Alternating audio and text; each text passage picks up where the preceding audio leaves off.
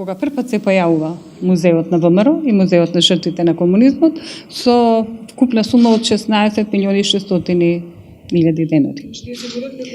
Тоа се првата година. Меѓутоа крајната сума се 12 милиони евра, кои што се потрошени до отварањето на музеот. Значи имаме прекршување на буџет и на законот за буџет и законот за спроведување на буџетот во однос на неадекватната позиција со тоа што е токму изградата на овој музеј ставено во дејност, музејска и кинотечна.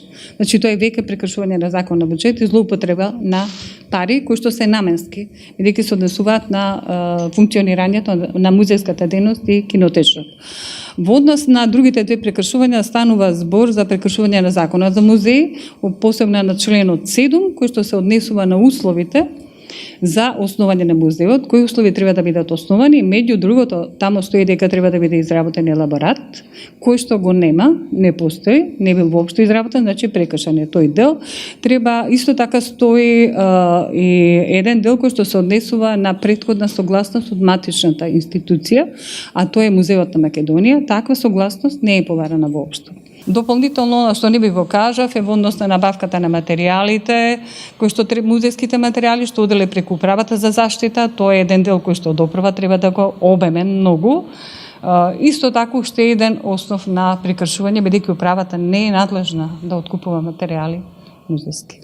Односно музејски предмети. На историчарите кои што го крилеле музеот, практично создале дело кое што личи нечии фрустрации, така рековте, може ли нешто повеќе околу тоа, зашто не ги комунициравте? Повторно да се вратиме на истиве прашања од брифингот. Исто тоа. Говорев за компетентноста и сметам дека компетентноста на историчарите кои што се ангажирале, јас ја доведам во прашање затоа што музеот кога станува збор за музеј се надлежни музејски работници. Тие се професори, можеле да учествуваат во изборот и концепцијата на одредени делови од поставките, меѓутоа во случајов не се појавуваат таму кај оригиналните документи, туку ги најдовме во порачувањето на односно изработките на проектите програми за восточните фигури и така наречените уметнички слики со историска содржина.